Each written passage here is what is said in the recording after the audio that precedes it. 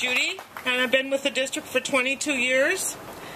I've raised my children here. They went to school here. They graduated from here, and they all still reside in the area. I'm an education support professional and part of the school support staff. And that means I help to keep the local schools running smoothly.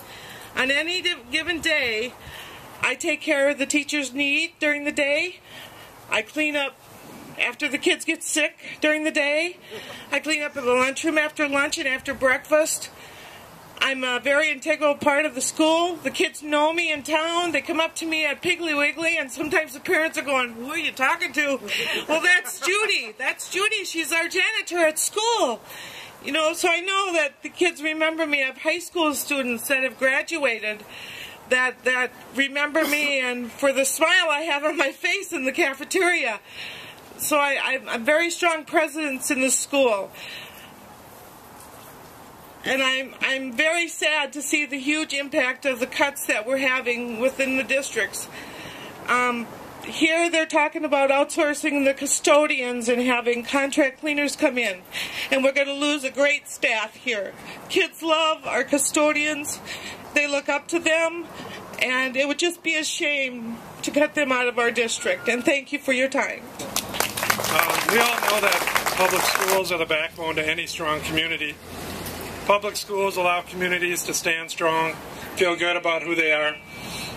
Over the past few years, that backbone of the community, our public schools, has slowly started to weaken because of the cuts of education funding by the state level. It's vital that our state government understand what they are doing, not only to public schools, but also to the communities that support these schools.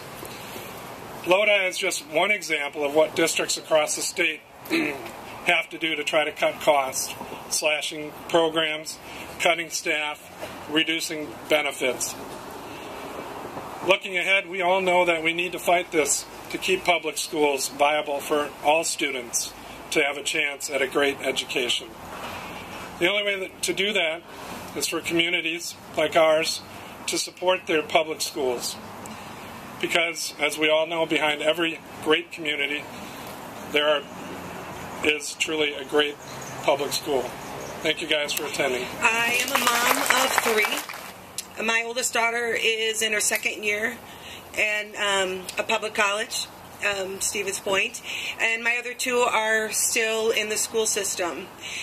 At one of those sessions, I did talk about my own kids and what the Lodi teachers have done for them, and have made my oldest daughter into a great young adult, and my other kids I know are destined to be that, or I hope so. But in order for that to happen, we have to preserve what is in our public schools, and we have to preserve small class sizes. And that seems to be an area of research that is continually forgotten. That is a great indicator on if our kids are going to be successful, is small class sizes. It's what I want for my kids. I also think that we have to remember that our public schools are the only place in our society that welcomes everybody. Whether you're rich or poor, whether you're black, white, Republican, Democrat, whatever religion you are, whatever race you are. And I think that is a beautiful thing. And people in power want to take that away from us. So we have to do whatever we can to send that message out to people, that we preserve that. Thank you. Schools are essential to the community. They're the heart and the soul of the community. But they're also critical to the nation. I, too, came out of the Lodi public school system.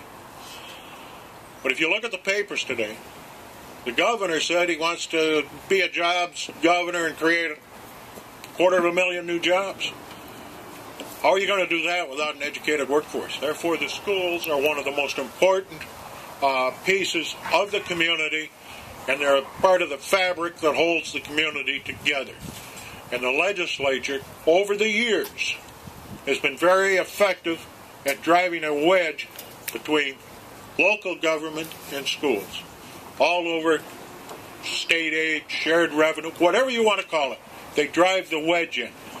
We have to push it together to drive the wedge out and make schools the important part of the community, and cities have to work with the school districts for the betterment of all. As Christina said, I had the privilege of being at Lodi High School a little earlier and to see with the middle school and the high school what value this community has placed on a facility that can give children that sense that they are valued and that education matters. They did that.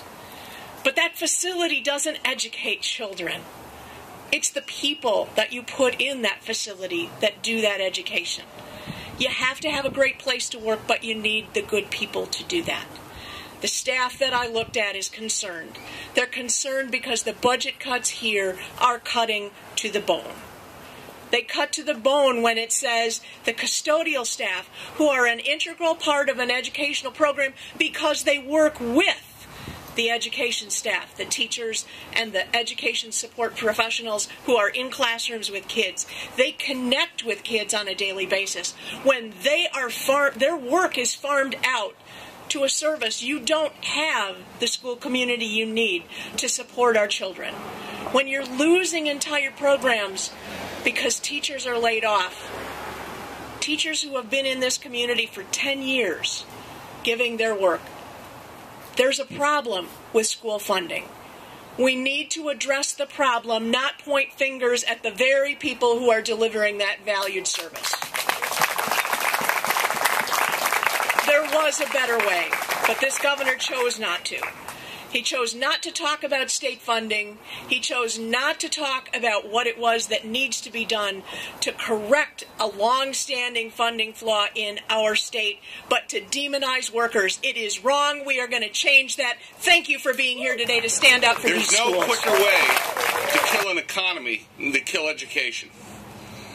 Companies don't decide to come to states based on, the governor's delusions of love of the Koch brothers. They come here for an educated workforce and a clean environment.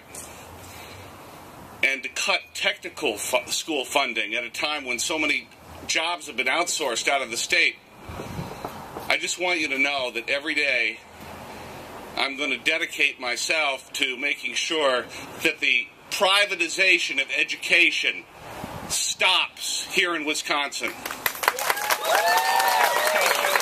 No more. Treating workers fairly and caring for one another is the foundation of this state, and we will not rest. This game's not over till we win.